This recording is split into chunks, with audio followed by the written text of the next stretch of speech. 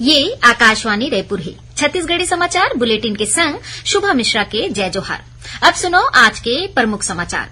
प्रदेश में त्रिस्तरीय पंचायत उपचुनाव के तहत अधिसूचना जारी होए के संग आज ले नामांकन पत्र दाखिल करे के प्रक्रिया शुरू हो गई है, जिन 9 जून के मंझनिया 3 बजे तक जारी रही। छत्तीसगढ़ में अवैया विधानसभा चुनाव के पहली 1 अक्टूबर 2023 के अहर्ता तिथि में फोटो युक्त निर्वाचक नामावली के दूसरैया विशेष संक्षिप्त पुनरीक्षण बर कार्यक्रम जारी और नेहरू युवा केंद्र अंबिकापुर डाहर भारत 2047 कार्यक्रम के अंतर्गत जिला स्तरीय युवा महोत्सव के आयोजन करेगी, जेमा समापन समारोह में केंद्रीय राज्य मंत्री और सरगुजा सांसद रेणुका सिंह मुख्य अतिथि के रूप में शामिल हुईं। प्रदेश में त्रिस्तरीय पंचायत उपचुनाव के तहत अधिसूचना जारी होए के संग आज ले नामांकन पत्र दाखिल करे के प्रक्रिया शुरू हो गई है, जिन 9 जून के मंझनिया 3 बजे तक जारी रही। 10 जून के बिहनिया 10:30 बजे ले नामांकन पत्र के जांच करे जाही। उन्हें 12 जून तक अभ्यर्थी अपन नाम वापस ले सकी। एकर बाद पात्र अभ्यर्थी मन के सूची जारी करे के संग ओमन ला चुनाव चिन्ह आवंटित करे जाही। जरूरी होए में 27 जून के मतदान होई ही। मतदान पूरा होए के बाद मतदान केंद्र में घलो वोट के गिनती करे जाही। निर्वाचन कार्यालय डाहरले बताए गए है कि यदि जरूरी होई तो तहसील या विकासखंड मुख्यालय में 28 जून के मतगणना होई। 30 जून के चुनाव के परिणाम घोषित करे जाही। छत्तीसगढ़ में अवैया विधानसभा चुनाव के पहली 1 अक्टूबर 2023 के अहर्ता तिथि में फोटो युक्त निर्वाचक नामावली के दूसरैया विशेष संक्षिप्त पुनरीक्षण बर कार्यक्रम जारी कर दे है।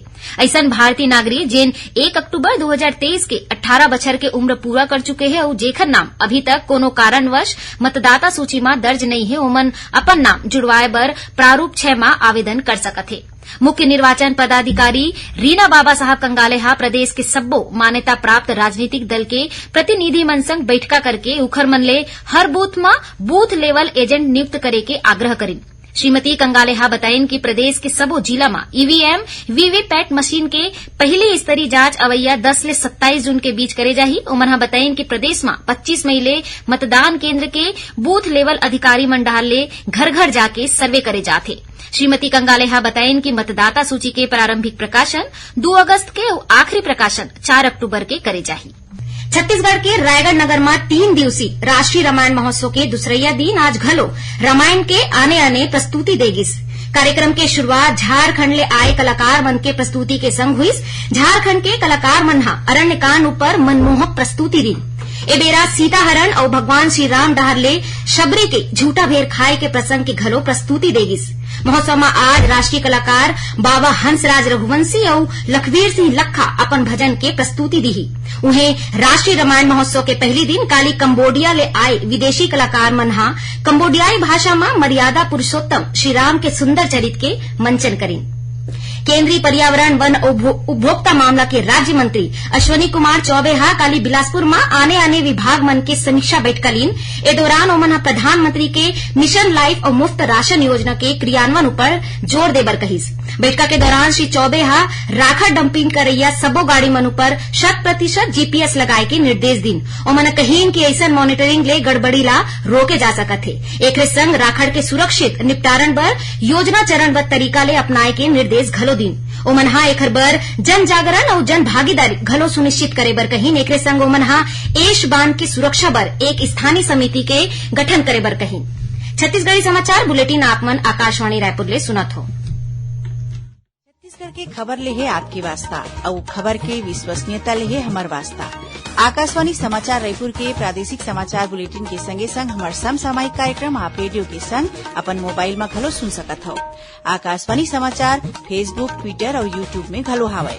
हमार फेसबुक पेज हरे Chhattisgarh news on AIR, Twitter handle CGAIR news और हमार यूट्यूब चैनल हरे छत्तीसगढ़ AIR न्यूज। तो अब रेडियो के संगे संग आपके मोबाइल के माध्यम ले हम आप तक पहुंचत हन। छत्तीसगढ़ के हर खबर पर सुनत रहो आकाशवाणी समाचार। अब आगू बाढ़बो बाचे समाचार कोती। नेहरू युवा केंद्र अंबिकापुर डाहर भारत 2047 कार्यक्रम के अंतर्गत जिला स्तरीय युवा महोत्सव के आयोजन करेगी। एकर तहत भाषण, युवा चित्रकार, युवा कविता लेखन, मोबाइल फोटोग्राफी और सांस्कृतिक कार्यक्रम आयोजित करेगी। कार्यक्रम में जिला के 500 ले ज्यादा युवा मन भाग लीन। एमा विजेता मन ला राष्ट्रीय और राष्ट्रीय स्तर में शामिल होए के मौका मिलही। समापन समारोह में केंद्रीय राज्य मंत्री और सरगुजा सांसद रेणुका सिंह मुख्य अतिथि के रूप में शामिल हुई।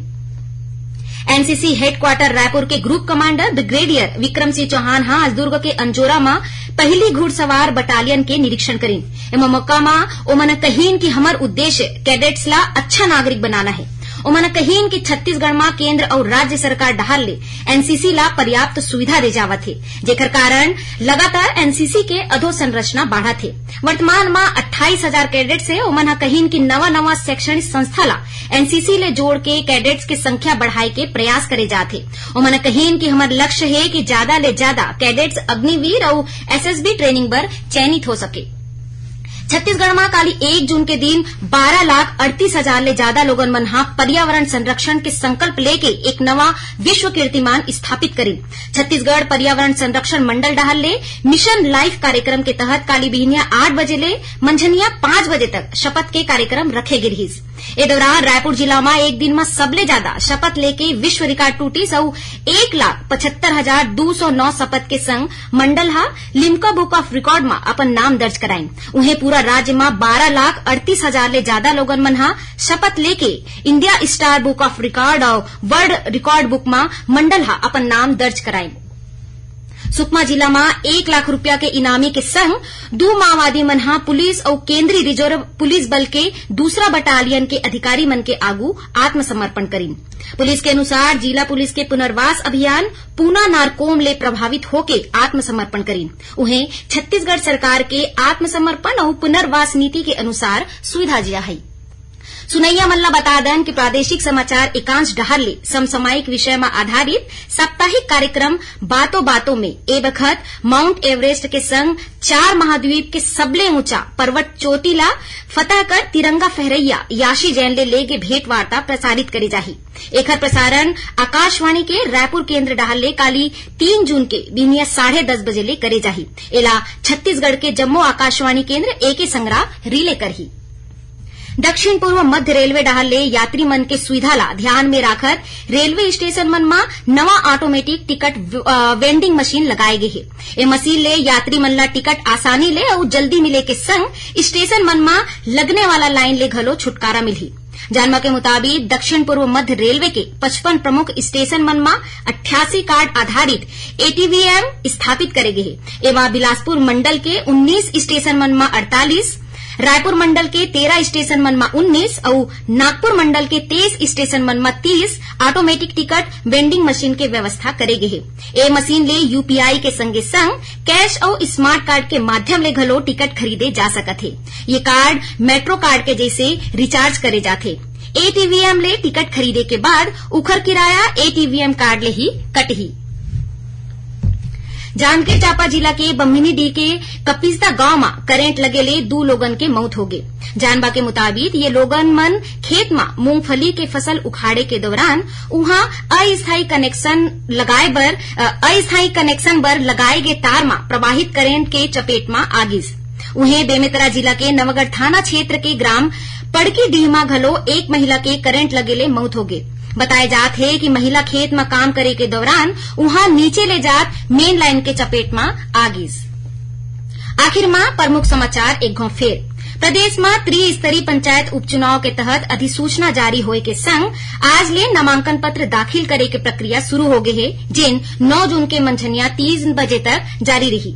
छत्तीसगढ़ में अवैया विधानसभा चुनाव के पहली 1 अक्टूबर 2023 के अहर्ता तिथि में फोटोयुक्त निर्वाचक नामावली के दूसरैया विशेष संक्षिप्त पुनरीक्षण पर कार्यक्रम जारी और नेहरू युवा केंद्र अंबिकापुर डहाले भारत 2047 कार्यक्रम के अंतर्गत जिला स्तरीय युवा महोत्सव के आयोजन करेगी, जेमा समापन समारोह में केंद्रीय राज्य मंत्री और सरगुजा सांसद रेणुका सिंह मुख्य अतिथि के रूप में शामिल हुई।